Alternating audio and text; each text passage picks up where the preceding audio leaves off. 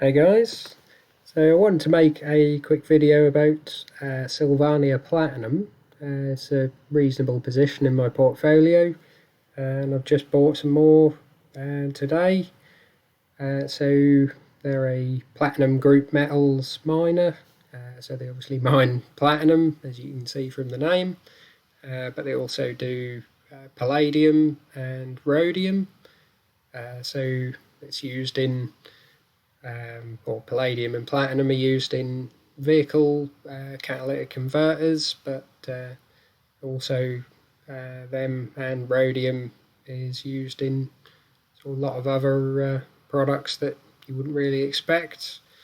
And they're a sort of very small, really penny stock valuation company, but yeah, seem to have some pretty good financials. So just go into the Hargreaves Lansdowne page.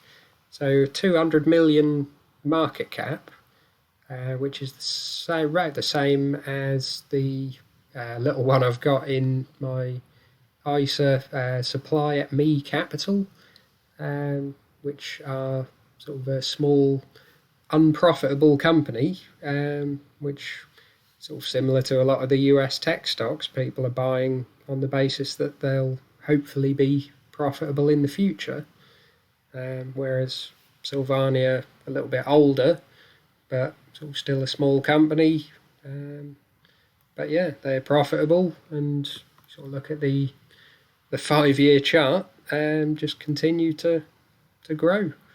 So just looking at the 1 year, I bought around quite early on in opening the ISA, so around sort of April, May time. So I think the average is about 45p. So with today's 75p price, so I'm up about 55%. But I think it's got a long way to go. They're showing 2.18% dividend. I think that's got room to grow. So have a look at the financials. So Hargreaves Lansdowne do it right to left, sort of newest to oldest. So their revenue doing pretty well, increasing, decent double-digit % every year for the last 5 years. Also net profit rising sort of similar amount every year. Well, even more so. I mean, there's sort of 100% growth a couple of years, really. I mean, just in the last year, over 100% net profit growth. So you just don't see this from many penny stocks, really. I mean, as I say, the supply at Me Capital, potentially a good one for the future, but they're not even profitable. And Sylvania are sort of getting 100% net profit growth.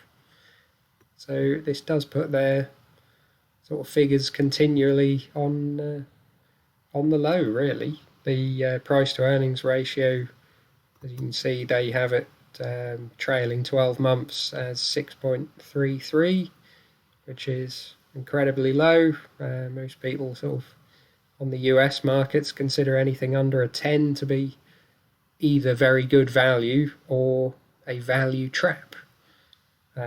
Generally, this is because the PE ratio is low because the share price has dropped and it's based on last year's earnings. But in this case, it's just that the earnings part of that equation is going up, and the price, while it's going up, it's not going up to match those earnings.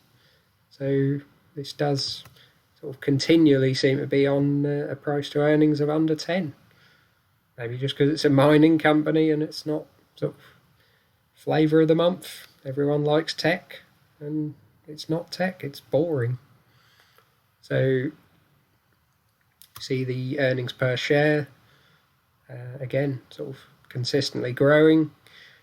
Thought it goes into US dollar cents at this point, but you can do a little bit of conversion, so it's still predicted to grow in the next year, potentially going up to sort of possibly 20 cents So that would be, just have a quick look, if it was 20 cents, say 1.32 US dollar conversion, so that gives you 15 pence, and with 75p price gives you a forward price to earnings ratio of 5, so it's even better than, again, even better than the trailing 12 months. And they paid the dividend of 2 cents last year, so of 14 cents earnings per share, it's about 14%. So they've got incredible room to grow the dividend. And then the other huge positive really is the sort of obviously non-current assets and current assets position, but in particular cash. So 56 million pounds in cash, against practically zero short-term debt and pretty much zero long-term debt. So this is 55 million in cash, and they've got £220,000 of short-term debt and £240,000 long-term debt, and 55 million in cash.